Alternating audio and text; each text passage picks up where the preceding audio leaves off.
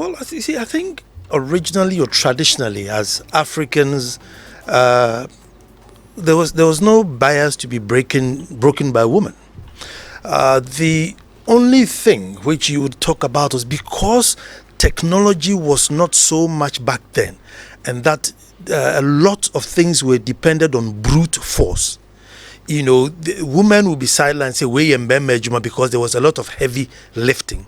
But I'm sure if technology was back then and the way they were thinking, there wouldn't have been any division as to say, "Mba nko ha na mbe ma nko ha." Are you serious? Oh, I'm very serious. No, It's giving a dog a bad name and hanging it. You see, so once upon a time, we all left and went to formal school and quote unquote became civilized, adopted their lifestyle, and then came back home and said, "Oh no, we are being strangled by this lifestyle." But it wasn't us. It was completely not us. I mean, a housewife. There was nothing like a housewife. I mean, there was nothing like a housewife saying, or if you went into marriage, you went into marriage with your identity.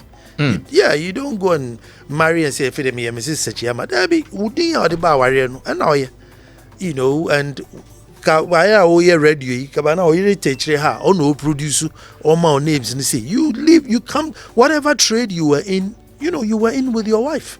So it's when we were copying the European lifestyle, that's when the issue of housewife, the ring and change my name and keep me at home, and they say now I'm being kept at home. No.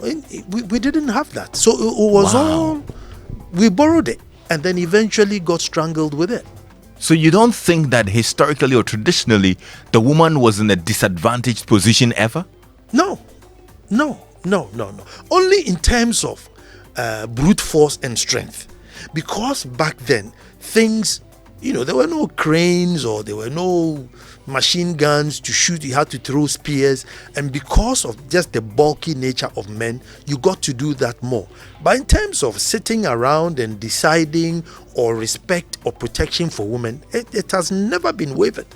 Never been wavered.